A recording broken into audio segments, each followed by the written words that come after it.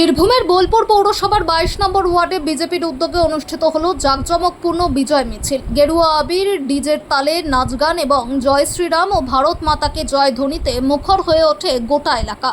মিছিলে বিপুল সংখ্যক বিজেপি কর্মী সমর্থকের উপস্থিতি নজর কাড়ে। মিছিলে উপস্থিত বিজেপি নেতা সুমিত মণ্ডল বলেন, এখন আর কেষ্টর গড় নয়, এটা জনগণের গড়।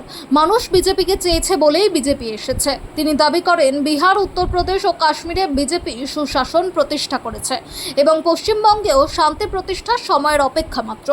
এদিন তৃণমূলকে নিশানা করে তিনি আরও বলেন, তৃণমূলের কিছু নেতা বিজেপিতে যোগ দেওয়ার চেষ্টা করছেন। কটাক্ষের সুরে তার মন্তব্য, কাক ময়ূরের পেখম লাগিয়ে ময়ূর সাজতে চাইছে, সেটা হতে দেওয়া যাবে না। দেখুন, আমি আগেও বলেছি, রাজনীতিতে কারো গড় বলে কিছু হয় না। মানুষ নির্ধারণ করে যে কাদের সঙ্গে থাকবে, যে দল পরিষেবা দেবে, যে নেতা পরিষেবা দেবে, মানুষ তাদের সাথেই থাকবে। তো আজকে প্রমাণ হলো, এত লোক যখন বেরিয়েছে এই ওয়ার্ডে, তখন প্রমাণ হলো যে গড় বলে রাজনীতিতে কিছু হয় না। আর কেষ্টর গড় বলছেন বা কাজলের গড় বলছেন, সেগুলো এখন অতীত। এখন সবটাই শুভেন্দু অধিকারী, সবটাই ভারতীয় জনতা পার্টি, সবটাই নরেন্দ্র মোদীর গড়। এখনো দেখা যাচ্ছে অনেক সন্ত্রাসবাদী যারা আছে, এখনো দেখা যাচ্ছে তারা টুপি তারা এখনো পর্যন্ত ঝামেলা সৃষ্টি করার প্ল্যান করছে। কি বলবেন? দেখুন, ভারতীয় জনতা পার্টি, আপনারা দেখেছেন উত্তরপ্রদেশ, আপনারা দেখেছেন বিহার, এইরকম জঙ্গল রাজকে যদি ঠান্ডা করতে পারে, কাশ্মীরের মতো আতঙ্কবাদীদের জায়গাকে যদি ঠান্ডা করতে পারে, পশ্চিমবাংলাকে ঠান্ডা করতেও বেশি দিন সময় লাগবে না।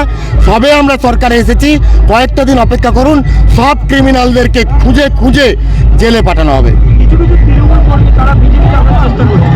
দেখুন, আমরা একটা গল্প শুনেছিলাম যে ওই কাক রং মেখে ময়ূর হওয়ার চেষ্টা করেছিল। তো এরকম চেষ্টা অনেক তৃণমূল কর্মীরা করবে, কারণ তারা অনেক পাপ করে রেখেছে।